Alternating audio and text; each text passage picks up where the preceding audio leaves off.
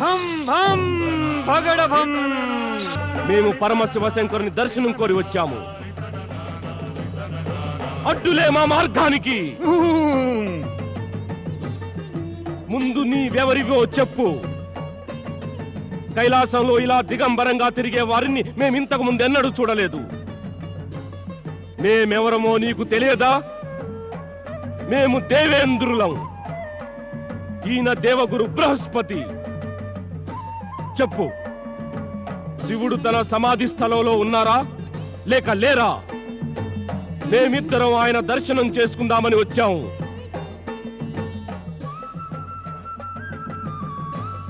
ఓరి మూర్ఖుడా, మూఢుడా, నీ నోటిలో నాలుక ఉందా లేదా? పదే పదే ప్రశ్నించినప్పటికీ సమాధానం చెప్పవేం? ఎంతో సేపుగా మా మార్గానికి అవరోధం కలిగిస్తూ ఉన్నావు. మరి కారణము చెప్పవు. నోరు విప్పి మాట్లాడేవాయే.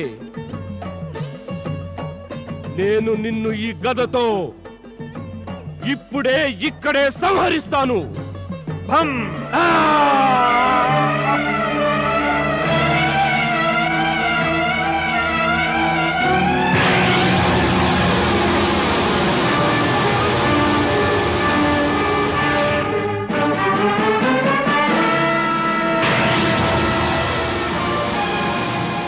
జాగ్రత్త దేవేంద్ర, తమరి అహంకారం పరమేశుని క్రోధాగ్నిని ప్రేరేపించింది.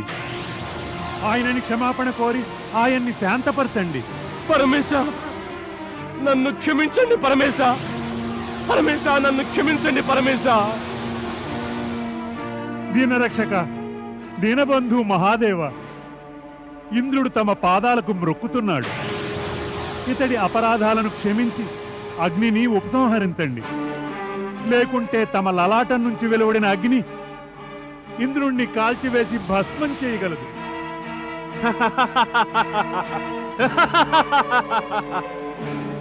దేవగురు బృహస్పతి పాము విడిచేసిన తన కుబుసాన్ని మళ్ళీ ధరించగలదా? మేము మా లలాటం నుంచి వెలువడిన అగ్నిని మళ్ళీ ఎలా ఉపసంహరించుకోగలం? దేవాదిదేవ మహాదేవ, తమ భక్తులు ఎప్పుడూ కూడా తమ కృపకు పాత్రులై ఉంటారు. నేను తమరి ఆరాధకుణ్ణి. నా ప్రార్థనను స్వీకరించి మా శిష్యుడైన ఇంద్రుణ్ణి క్షమించండి. అతన్ని కాపాడండి పరమేశ. భం భం భగడభం.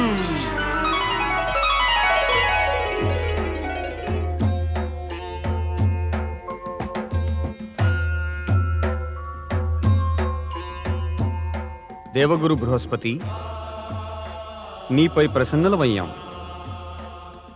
అందుచేత మేము వరమిస్తున్నాం. ఇంద్రుడికి జీవనదానం ఇచ్చినందువల్ల జీవుడనే మరో పేరుతో నీవు ప్రసిద్ధుడివి అవుతావు. నా లలాటం నుంచి వెలువడిన జ్వాల దేవేంద్రుని తప్పక భస్మం చేస్తుంది. అందుచేత దాన్ని దూరంగా విడిచిపెడుతున్నాను.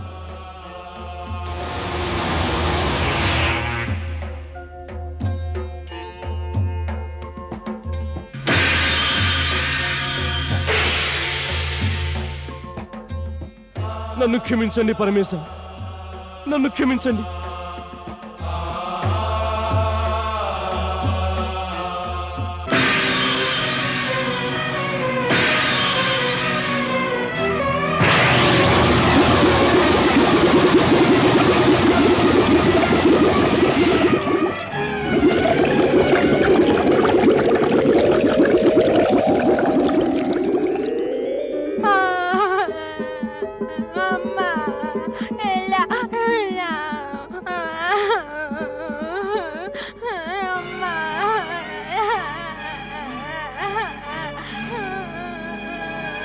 బ్రహ్మదేవా, బ్రహ్మదేవా, నన్ను రక్షించండి.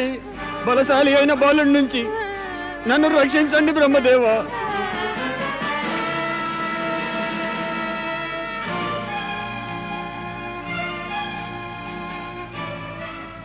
అధైర్యపడకు సముద్రదేవా, ఈ బాలుని నాకిచ్చి.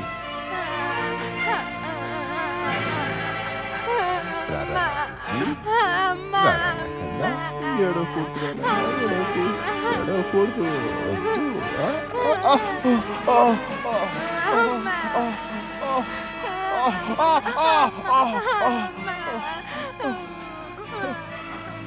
శుక్రాచార్య, దైత్యగురు శుక్రాచార్య!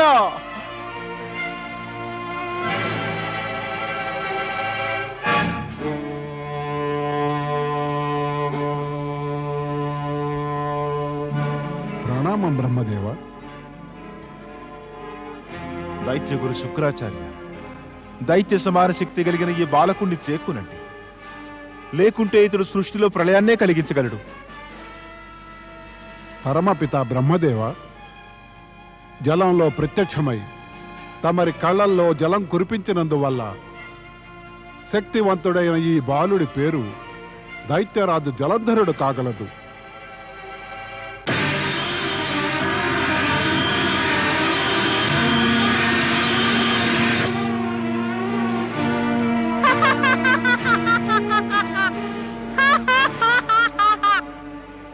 దైత్య శిరోమణి జలంధర, నీవు దైత్యులకు సామ్రాట్టువై జన్మించావు. అవును దైత్యగురు శుక్రాచార్య, జలంధరుణ్ణి దైత్య సామ్రాట్టుగా చేసి ఇతడికి ఉచిత స్థానాన్ని ప్రసాదించండి. సముద్రదేవ, తమరి పుత్రుడైన జలంధరుడు ఇప్పుడు ముల్లోకాలను పరిపాలిస్తాడు. నా వెంటరా. విధి విధానంలో ఎలా రాసి పెట్టి ఉంటే అలాగే జరుగుతుంది. దేవేంద్రుడికి జయము, దేవగురు బృహస్పతికి జయము, దేవేంద్రుడికి జయము, దేవగురు బృహస్పతికి జయము, దేవేంద్రుడికి జయము, దేవగురు బృహస్పతికి జయము. ఆసనం అధిరోహించండి గురుదేవా. దేవతలారా, నేడు మీకొక మహత్తర సమాచారం అందిస్తున్నాను. అది వింటే మీరంతా సంతోషిస్తారు. త్వరగా చెప్పండి దేవేంద్ర. ఆ సమాచారం వినడానికి ఉవ్విళ్ళూరుతున్నాం. దేవగురువు బృహస్పతితో మాకు అభిప్రాయ భేదాలున్నప్పటికీ ఆయన నా ప్రాణాన్ని రక్షించారు. దేవగురువు బృహస్పతికి జయము. కానీ దేవేంద్ర, మీ ప్రాణానికి ముప్పు ఎలా కలిగింది? రక్షించవలసిన అవసరం ఏ విధంగా కలిగింది? ఎవరి నుంచి రక్షించారు? భక్తవత్సలుడు శివుని నుంచి. భక్తవత్సలుడు శివుని నుంచా? శివుని బారి నుంచా? కాని దేవేంద్ర, శివశంకరుల కారణంగా మీకు ముప్పెలా కలిగింది? పరమేశ్వరుడు ప్రాణరక్షకుడు కదా. ఆయన వల్ల ఎప్పుడూ ఎవరి ప్రాణానికి ముప్పు కలగనే కలగదు. అయినా అది నిజమే. కానీ విరుద్ధంగా ప్రవర్తిస్తే రక్షకులే భక్షకులైపోతారు. అంటే తమరు శివశంకరుని ఎదుట ఏదైనా అప్రియంగా ప్రవర్తించారా? అవును, అజ్ఞానం వల్ల.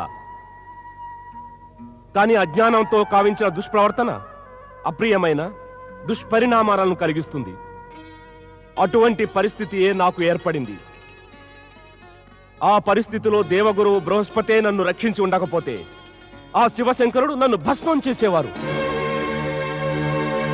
శివక్రోధాన్ని తట్టుకోవడం లేదా కాపాడడం సులభమైన పని కాదు. కానీ శివారాధన వల్ల పరమేశ్వరుడు మా ప్రార్థనను స్వీకరించారు. దేవేంద్రుణ్ణి భయవిముక్తుని చేశారు. ఇప్పుడు నాకిది అంగీకరించడానికి కించిత్తైనా సందేహం లేదు. శివారాధన వల్లనే శివకృప ప్రాప్తిస్తుందని. ఎవరైతే శివకృపను పొందగలరో వారే మన దేవగురువులా లీలలను చూపించగలరు. ఇప్పుడు ఇంకొకటి స్వీకరించడానికి కూడా నాకేమీ సందేహం లేదు. మనకు వచ్చిన ముప్పులన్నీ కూడా దేవగురువు బృహస్పతిని నిర్లక్ష్యం చేయడం వల్లనేనని. గురువుపై అలక్ష్యం వలన? అవును, గురువును అవమానించిన వారికి అవమానం జరగటం ఒక నిశ్చిత సత్యమే. ఆ చేదు అనుభవం మాకు కలిగింది. మేమే దీనికి ప్రత్యక్ష సాక్ష్యం. ఇంత జరిగిన దేవగురువు అభిప్రాయ భేదాలను అన్నిటినీ విస్మరించి గురు కర్తవ్యం నెరవేర్చారు. మేము చేసిందే ఉంది దేవేంద్ర. జరిగినదేదో శివకృప వల్లనే జరిగింది. శివకృప నాపై కాదు, తమపై కలిగింది. నన్ను నేను తమకన్నా గొప్పవాడిననుకుని భ్రమపడ్డాను. తమరిని అవమానించాను. అందుకే పరమేశ్వరుడు నాపై కోపగించారు. కానీ తమ మధ్యలో ద్వేషం లేదు. అందుకే అభిప్రాయ భేదాలను విస్మరించి శివకృపను నాపై కలిగించి నా ప్రాణాన్ని కాపాడారు. గురుదేవా, ఇందుకు నేను తమ రుణం ఎన్నడూ తీర్చుకోలేను. దేవగురువు బృహస్పతికి గురుదేవులకి జయము, గురుదేవులకి జయము, గురుదేవులకి జయము, గురుదేవులకి జయము. ఆయుష్మాన్ భవపుత్ర, ఇదిగో ఇది గద జలంధర. దీన్ని ఇలా పట్టుకో. శత్రులపై దాడి చేయాలంటే వారి శక్తిని గుర్తించు, వారెంత బలశాలలో గుర్తించు. ఇక నీవు నన్ను కొట్టు, ఇక్కడ కొట్టు, ఇక్కడ కొట్టు. ఇక నేను నిన్ను కొడతాను, నీ తల మీద కొడతాను. జాగ్రత్త. అత్యుత్తమం, అత్యుత్తమం. ఇక నీవు నన్ను కొడుతూ ముందుకు రా. కొట్టు నన్ను.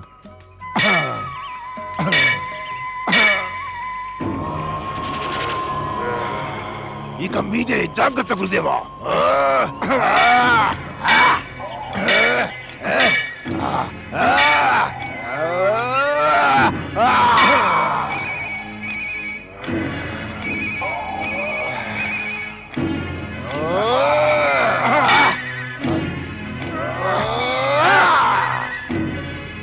ధన్యుడు జలంధర, గదా యుద్ధంలో నిపుణుడు అయ్యావు.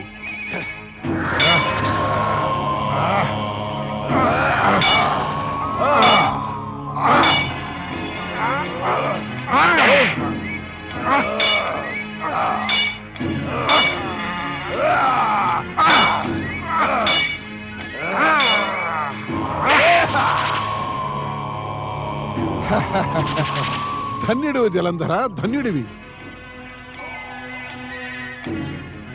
ఎదురుగా ఆ భాండాన్ని చూడు. దానిపై గీచిన ఆకృతి యొక్క కన్నే నీ లక్ష్యం. లక్ష్యాన్ని ఛేదించు.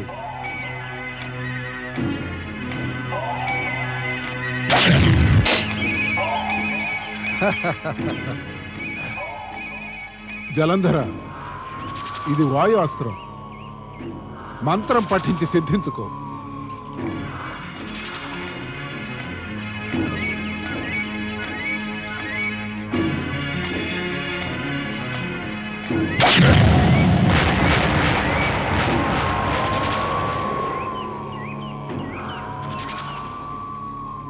ఇది అగ్ని అస్త్రం. సిద్ధించుకో.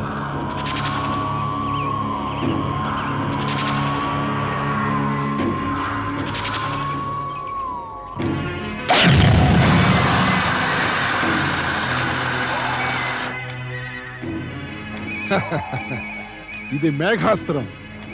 కురిపించు జలవర్షాన్ని.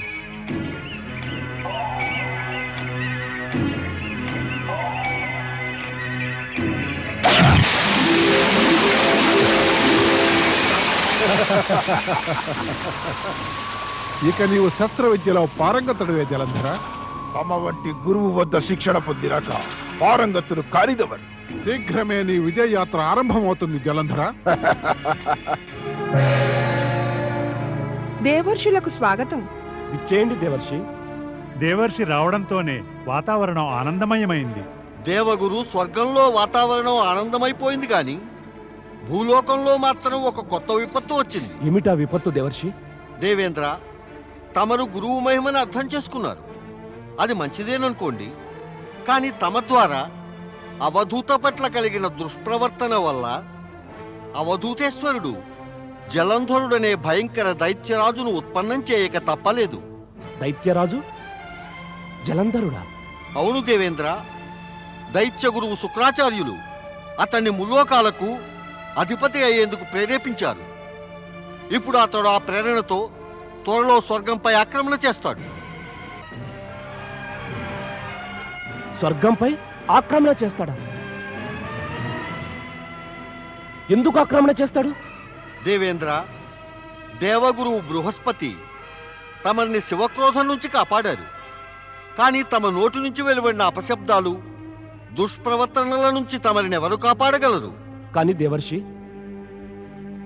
ఆ విషయమంతా సమాప్తమైందిగా.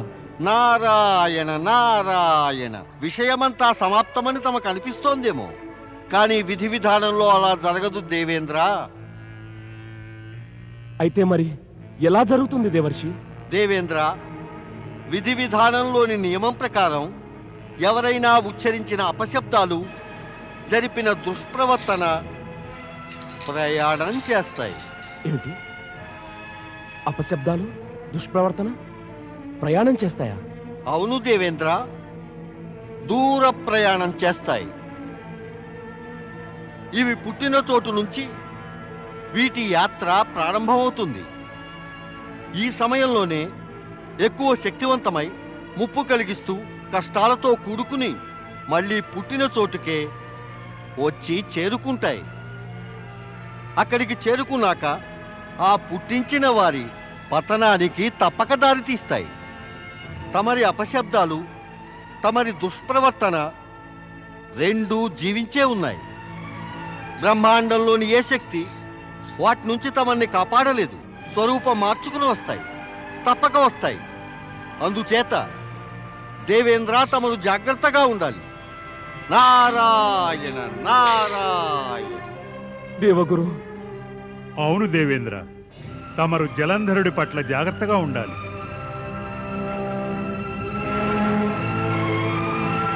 నారాయణ నారాయణ నారాయణ. శ్రీమన్నారాయణ నారాయణ నారాయణ. నారాయణ నారాయణ నారాయణ. శ్రీమన్నారాయణ నారాయణ నారాయణ. ఓహో నారదా, దేవతలకు శుభం కలగాలని బాగా పరుగు పెడుతున్నట్టున్నావు, కానీ అదంతా వ్యర్థమే. తెలుసుకో, దేవతలకు శుభం కలగదు. దేవతల చింత నీకెందుకయ్యా రాహు? నీవు ముందు కాస్త చెప్పు. మొండెం లేని నీకు నీ గురించిన చింత లేదా? ఎప్పుడో ఒకప్పుడు ఈతల కూడా రెండు ముక్కలవుతుందేమో ఏ దేవత చేతిలోనూ. నీవు మరిచిపోతున్నావు నారదా, నేను అమృతపానం చేసిన వాణ్ణి. నేను అమరుణ్ణి. నాకెవ్వరూ ఏ హాని కలిగించలేరు. ఇంతకంటే ఎక్కువ హాని ఏముంది రాహు? మొండెం లేకుండా తలతో అటు ఇటు తిరుగుతూ ఉంటావు. ఏం లాభం అమృతపానం వల్ల? ఇక ఇప్పుడు నీవు నా చింతను వదిలిపెట్టి నీ దేవతల సంగతి చూసుకో నారదా. మా దైత్యరాజు జలంధరుడు వారి కోసం ఏమీ వదిలిపెట్టబోడు సుమా. బుద్ధి వివేకాల అంశం నీలోనూ లేదు, మీ దైత్యరాజు జలంధరుడులోనూ లేదు. మీ ఇద్దరికీ తెలుసు కదా, ఆ పరమేశ్వరుడు శ్రీ మహావిష్ణువుల సంరక్షణ దేవతలు పొందారని. అయినా అజ్ఞానుల్లాగా ప్రవర్తిస్తారే. నారాయణ నారాయణ. ఒకవేళ మీ దైత్యరాజు జలంధరుడు అనుచితంగా ప్రవర్తిస్తే నిశ్చయంగా అదే జరుగుతుంది. ఎల్లప్పుడూ జరుగుతూ ఉన్నదే. ఏమవుతుంది? అసురుల వినాశము, దేవతలకు విజయమును. నారాయణ నారాయణ. జలంధర, నా వద్ద ఉన్న అస్త్రశస్త్రాలకు సంబంధించిన జ్ఞానం అంతా నేను నీకు ఇచ్చేశాను. నా జ్ఞానం, నీ బాహుబలం, కుటిలత్వము నిన్ను జగజ్జేతను కావించగలవు. జలంధర, నా కోరిక ఏమంటే నీ బాహుబలంతో నీవు ముల్లోకాలపై విజయం సాధించి త్రిలోకనాథుడు కావాలి. నేను తమరిది మన ఇద్దరివి కోరికలు నెరవేరుస్తాను గురుదేవా.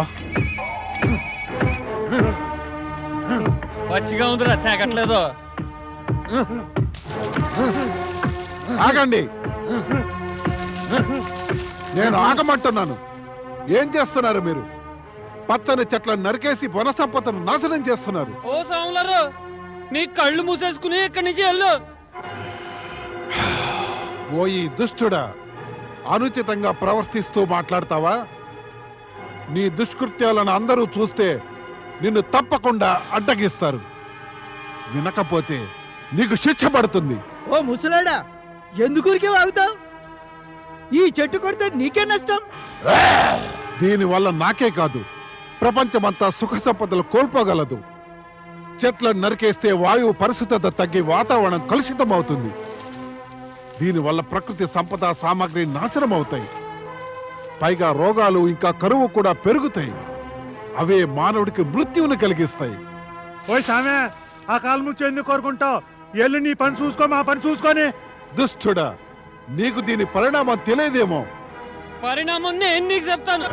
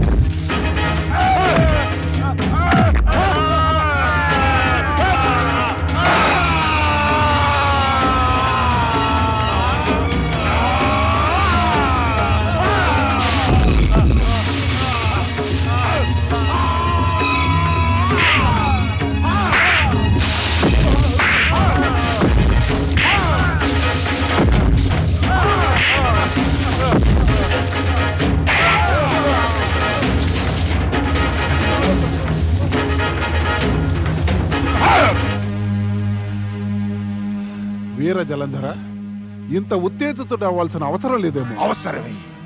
అవసరమే ఇది నాకు.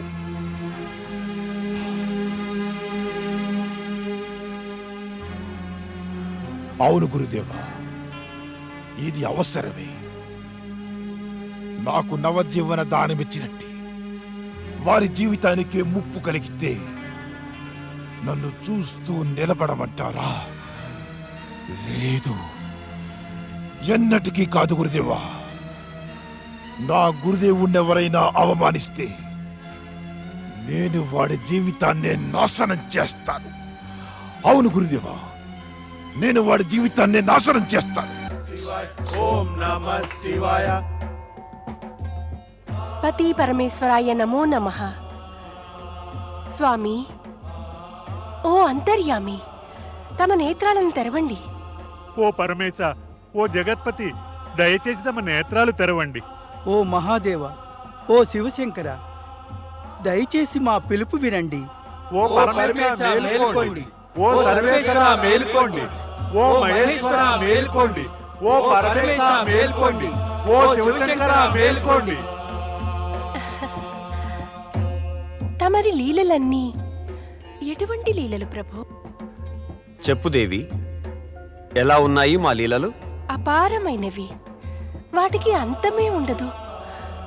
తమరి లీలల పరిమితి తెలుసుకోవడం ఎవ్వరికీ సాధ్యం కాదు. నేటిదాకా ఎవ్వరూ తెలుసుకోలేదు, ఎవ్వరూ తెలుసుకోనూ లేరు. తమరి లీలల ప్రభావంలో పడి మేమంతటినీ మరిచిపోతూ ఉంటాం. తమరిక్కడ కనబడకపోతే మాకు అశాంతి కలుగుతుంది. నీకు నీవే శక్తి రూపిణివి కదా పార్వతి. మేమిక్కడ ఉన్నా, ఒకవేళ లేకపోయినా భేదమేముంటుంది? నీవు స్వయం సంపూర్ణవు. మరి మా కార్యవ్యవహారాలేవీ కూడా నీకు తెలియనివి కావు గదా. కాస్త ప్రయత్నించి చూస్తే నీకంతా స్పష్టంగా కనిపిస్తుంది, అంతా దృగ్గోచరమైపోతుంది. నారాయణ నారాయణ.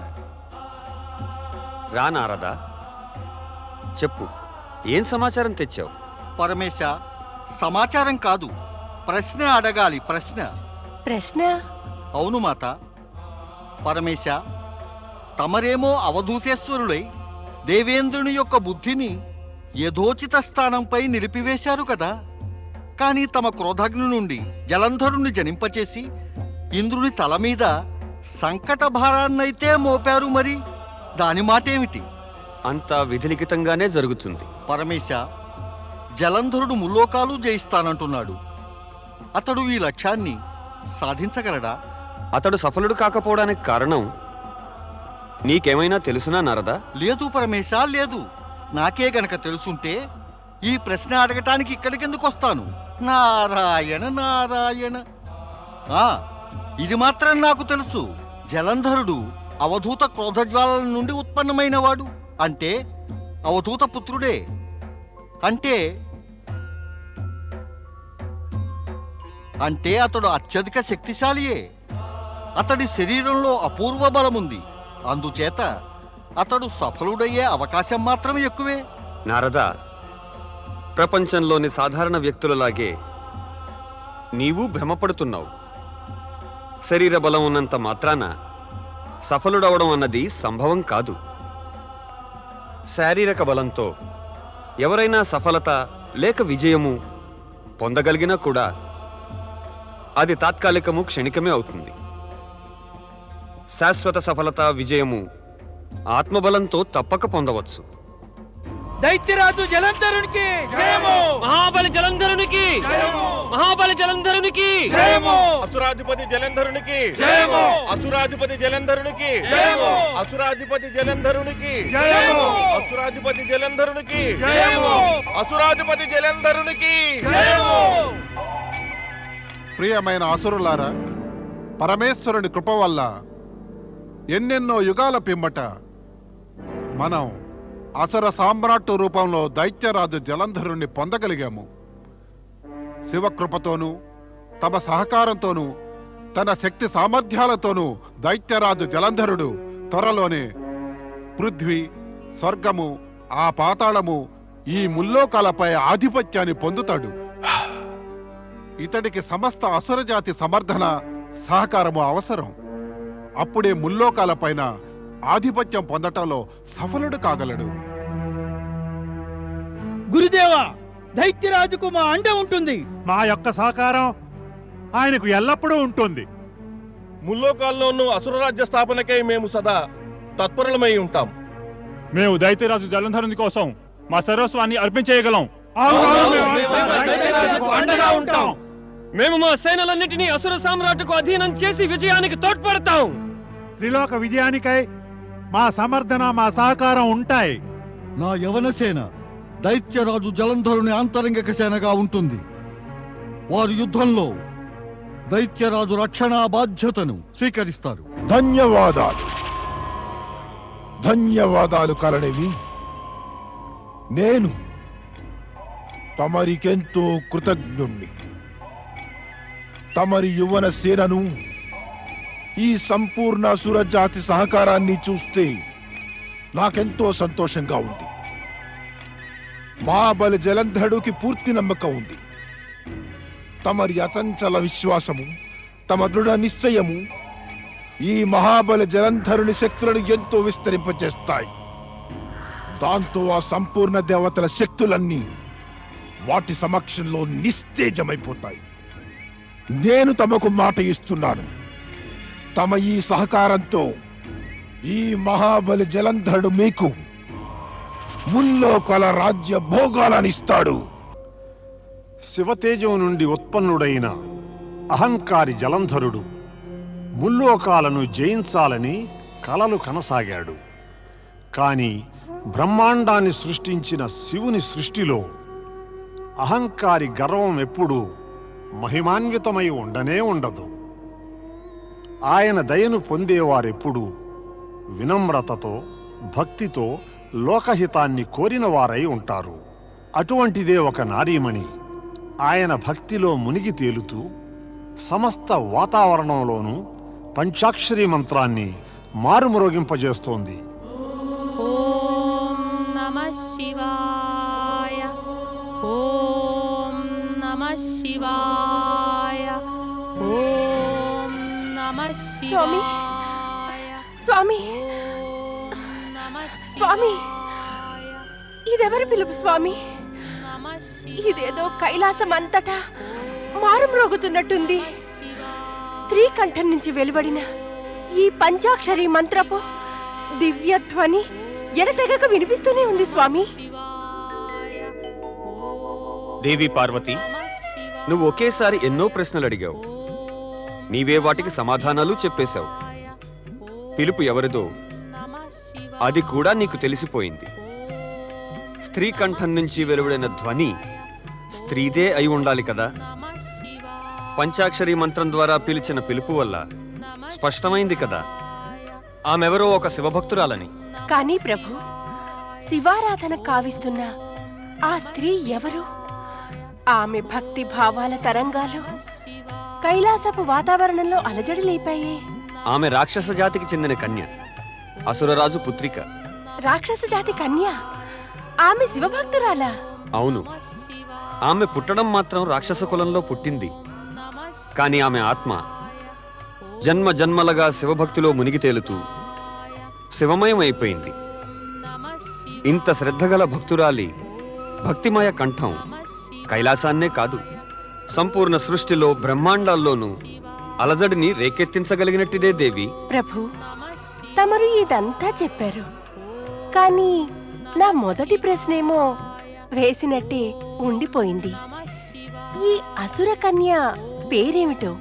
వృంద. వృంద పేరు బాగుంది. ఆమె భక్తి శ్రద్ధలు బాగున్నాయి. నేను ఆ శివ భక్తురాల్ని చూడాలని ఎంతో ఉత్సాహపడుతున్నాను స్వామి. ఆమె చేసే ఆరాధనకు ప్రత్యుత్తరం ఇవ్వడానికి తమరెలాగో వెళతారు కదా. అంటే నీవు కూడా వెంట వద్దామనా? అవును స్వామి. మేమక్కడికి వెళ్ళడం లేదే. అదేమిటి ప్రభు, ఇంత భక్తి శ్రద్ధలతో తన్మయురాలై ఆమె తమను ఆరాధిస్తోంది కదా, తమరామెకు సమాధానమివ్వరు? ప్రస్తుతం సమాధానమివ్వవలసిన అవసరం లేదు దేవి. ఎందుకంటే మాపై శివభక్తిలో నిమగ్నురాలైన ఈమె మాకు ప్రతిరూపమైన శివలింగ పూజతోనే సంతృప్తి పొందుతోంది. నేననుకోవడం దేవి, ఇక నీ ప్రశ్నలన్నిటికీ సమాధానం లభించినట్టే. లేదు స్వామి, ఒక ప్రశ్న మిగిలే ఉంది. అది అడిగేయి.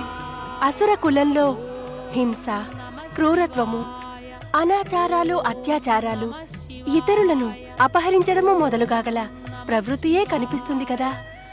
మరి ఇంతటి భక్తి శ్రద్ధలు కలిగినటువంటి కన్య ఎవరో భక్తుల వంశంలో పుట్టకుండా రాక్షస కులంలో పుట్టిందేం ప్రభు? ప్రకృతిలో సంతులనం కాపాడడం అవసరమవుతుంది దేవి. రాక్షస కులంలో తామసిక ప్రవృత్తి, హింసాత్మక ప్రవృత్తి పెరుగుతూ ఉంటే వినాశనం పరిమితులను మించిపోతూ ఉంటుంది. అందుకని రాక్షస ప్రవృత్తి గలవారిలో తమోగుణాన్ని అదుపులో పెట్టడానికి, వారి దురాగతాలను, వారి దౌర్జన్యాలను అరికట్టడానికి, ఇంకా వారి దుర్బుద్ధిని సన్మార్గానికి మళ్లించడానికి వారి కులంలో సాత్వికులైన వారు పుట్టడం అనే నియమాన్ని ప్రకృతి ఏర్పరిచింది. మరేదైనా ప్రశ్న ఉందా దేవి? లేదు ప్రభు, ఉత్తమురాలే అయ్యుంటుంది రాక్షస కులంలోని ఈ కన్య వృంద. వృందా, వృందా, నీవేమీ పసిదానవు కావు, యుక్త వయస్సురాలవైనావు. ఈ భక్తి పారవస్యం, ఈ శివభక్తి రాక్షస కులానికేమీ శోభస్కరం కావు. మనం రాక్షసులం, మనకు ఆ శివభక్తితో ఏమీ సంబంధం లేదు. ప్రణామం పితాశ్రీ. కుల సాంప్రదాయానికి విరుద్ధంగా అనాచారంగా ప్రవర్తించి నీవు గనక శిష్ట సాంప్రదాయాన్ని ధిక్కరిస్తే దాన్ని నేను సహించేది లేదు. పితాశ్రీ, నేను తమకు నమస్కరించాను, దాని తమరు ధిక్కారమన్నారు. నేను పరమేశ్వరుని ఆరాధిస్తాను, దాని కుల సంప్రదాయానికి విరుద్ధమని, అనాచార ప్రవర్తన అని అంటున్నారా? ఎందుకలా అంటున్నారు పితాశ్రీ? అంధకారాన్ని వదిలి వెలుగుబాటలో నడవడం అనాచారం అంటారా? పరమశక్తియే బలమైనదని ఆమోదించడం కుల సంప్రదాయానికి విరుద్ధమంటారా? పరమేశ్వరుని చరణాలను చేరుతూ మన దుర్బల హృదయాన్ని నిర్మలం చేసుకోవడం అనుచితమంటారా? వృందా, నీ తండ్రితో మాట్లాడుతున్నావని మరవకు. ఇది గుర్తుంచుకో, నేనేమి పసివెళ్ళవాణ్ణి కాను, నీవేమీ ఋషివి మునివి కావు. నీవు నాకు నీతులు నేర్పడానికి. నేను చెప్పినవన్నీ నిజాలే, అవే చెప్పాను పితాశ్రీ. అంటే నేను చెప్పినవన్నీ అబద్ధాలా? మన రాక్షస కులంలో భక్తి పూజలు ఉండవు, అన్న విషయం అబద్ధమా? మనస్సు దుర్బలత్వం నిర్మలత్వంతో మనకు సంబంధం లేదు. అది అబద్ధాలంటావా? మనది వెలుగుబాట కాదు, అంధకారంలో ఉంటాం. ఇది కూడా అబద్ధమా? సత్యమేనంటాను. కానీ ఎంతో కట్టువైన, అనుచిత, అప్రియమైన, కష్టపెట్టే, బాధపెట్టే సత్యమే అది. మానవ విరోధమైనది. ఇలాంటి అశుభ, అమంగళకరమైన సత్యపు పాసం నుంచి విముక్తులు అవడమే శుభస్కరం పితాశ్రీ. ఉందా? గుడ్డొచ్చి పిల్లని వెక్కిరించిందట. నా కుమార్తెయే నాకు పాఠాలు నేర్పుతోందన్నమాట. నీవు చెప్పినంత మాత్రాన సాంప్రదాయాన్ని విడిచిపెడతామా? మనం దేవతల దానవుల భేదాలు మరిచి నువ్వు చేస్తున్నట్టు చెయ్యాలా? భేదాలు మొదటి నుంచి ఉన్నవే, చివరిదాకా ఎప్పుడు ఉండేవే. ఈ భేదాలను మనం మార్చలేమంటారా పితాశ్రీ? ఎవరు మారుస్తారు? మనందరం పుట్టడమే దానవ కులంలో పుట్టాం. మానవుల ఆలోచన ఆచరణ ఎలా చేయగలం? చెయ్యలేమని కాదు, మనం పూర్తి నిజాయితీతో ఒక సత్యాన్ని అంగీకరించాలి. దేవ, దానవ, మానవుల అందరి పుట్టుక పరమశక్తి సదాశివుని కృప వల్లనే జరిగింది. కాని పితాశ్రీ, సత్యం మనోమందిరం లోపలికి ప్రవేశించాలంటే అందులో గల అసత్యం ముందుగా బయటికి రావాలి. చూస్తూ ఉంటే నీ దుడుకుతనం మితిమీరిపోతున్నట్టుంది. శివభక్తి జాలంలో పడిపోయి ఇక నీవు నీ తండ్రిని అవమానించడానికి సంకోచించడం లేదు. లేదు పితాశ్రీ, లేదు. తమరు నాకు పూజ్యులే. తమర్ని అవమానించాలనే ఆలోచన నాకు కలలో కూడా ఎన్నడూ ఊహించరానటువంటిది. నేను చెప్పదలుచుకుందల్లా, ఎవరైనా ఎటువంటి రూపం గల శరీరంలో ఉన్నా వారు పరమతత్వమైన ఓంకారంలోని ఒక అంశమే. దేవ, దానవ, మానవుని లోపల కలిగే స్పందనంతా ఆ పరమేశ్వరుని. చాలు ఉందా? చాలు, విన్నది చాలు. నీవు బోలెడు చెప్పావు, నేను బోలెడు విన్నాను. నీవు శివభక్తి ద్వారా ఈ వాతావరణాన్ని కలుషితం చేసి రాక్షసులకు మానవ గుణాలను, భక్తి మార్గాన్ని అంటగట్టి వారిని పిరికి బంధనలు చేయ ప్రయత్నిస్తున్నావు. అలా నేనెన్నటికీ జరగనివ్వను. తమరు తమ నిర్ణయం చెప్పేశారుగా పితాశ్రీ. ఇక నా నిర్ణయం కూడా వినండి. తమరు నాకు తండ్రైనది కేవలం ఈ జన్మలోనే. ఏమిటి? ఇదే నిజం. తమరి భవనంలో నా పుట్టుక జరిగింది. తండ్రి కూతుళ్ళుగా మనిద్దరికి కేవలం పరిచయం మాత్రం, ఇక అంతే. ఈ జన్మలో నా ఈ శరీరమే తమకు పుత్రికగా ప్రాప్తించింది. కాని ఆ పరమేశ్వరుడైతే నా మనస్సుకి, నా ఆత్మకి కూడా ఎప్పటినుంచో తండ్రి. ఆయన ఎప్పటికైనా తండ్రియే. ఇక నా నిర్ణయం ఇదే. నేను ఆ పరమేశ్వరుని పట్ల శ్రద్ధ భక్తులతో సదా ఓం నమ శివాయ అని జపిస్తూ ఉంటాను. మమ్ము ఎదిరిస్తే పరిణామం తెలుసు కదా నీకు. నేను నీ ప్రాణాలు తీస్తాను. లేదు, ప్రాణాలు తీయడం మీ వల్ల కానే కాదు. ప్రాణాలపై మీకు అధికారం లేదు కూడా. అది పరమేశ్వరుని చేతిలోనే ఉంది. తమరు కేవలం శరీరాన్ని చంపగలరు, కానీ దాన్ని సంహరించడం కూడా శివేచ్ఛ లేకుండా సంభవం కానే కాదు. ఆయన అటువంటి అవాంఛనీయమైనది తన భక్తుల పట్ల ఎప్పటికీ జరగనివ్వరు. శివేచ్ఛ, శివేచ్ఛ! నీవు నాకు పుత్రికవు. నేను నీకు తండ్రిని అయ్యుండి నేను నా పుత్రిక ప్రాణాలను ఎలా తీయగలను?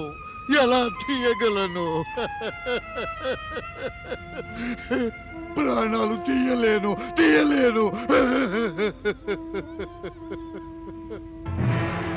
కానీ దైత్య గురువు శుక్రాచార్యులను కలుసుకుని నేను నిన్ను కఠోరాతి కఠోరంగా దండించబోతున్నాను. నీవేమో శుక్రాచార్యుల ఆజ్ఞలను పాటించి తీరవలసిందే. ఓం దేవాదిదేవ దేవేశ సర్వ ప్రాణ ప్రతాంబర ప్రాణినామపి నామస్యతం మృత్యుంజయ నమోస్తుతే. ఓం దేవాదిదేవ దేవేశ సర్వ ప్రాణ ప్రతాంబర ప్రాణినామపి నామస్యతం మృత్యుంజయ నమోస్తుతే. ఓం దేవాదిదేవ దేవేశ సర్వప్రాణప్రతాంబర ప్రాణినామపి నామస్యతం మృత్యుంజయ నమోస్తుతే. ఓం దేవాదిదేవ దేవేశ సర్వప్రాణప్రతాంబర ప్రాణినామపి నామస్యతం మృత్యుంజయ నమోస్తుతే. ఓం దేవాదిదేవ దేవేశ సర్వప్రాణప్రతాంబర ప్రాణినామపి నామస్యతం మృత్యుంజయ నమోస్తుతే. ఓం దేవాదిదేవ దేవేశ సర్వప్రాణప్రతాంబర ప్రాణినామపి నామస్యతం మృత్యుంజయ నమోస్తుతే.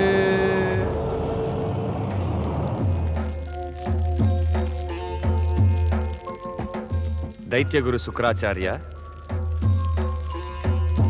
శుక్రాచార్య, నీ ఆరాధనే మమ్ము నీ వద్దకు తీసుకొచ్చింది. చెప్పు, ఏ కోరికతో తపస్సు చేస్తున్నావు? మమ్ము ఏం కోరుతున్నావు? పరమేశ, తమర్ని దర్శించే కోరికైతే నెరవేరింది. ఇక ఒక్కటే కోరిక మిగిలింది. ఏం వరం కావాలో కోరుకో శుక్రాచార్య. పరమేశ, ఏ మృత్యుంజయ మంత్రానికై సాధన చేశానో అది సిద్ధించే వరాన్ని నాకివ్వండి. తమరి ద్వారా శక్తి పూరితమైన ఈ మంత్రశక్తితో నేను ఏ ప్రాణినైనా పునర్జీవితం చేయగలగాలి. తథాస్తు.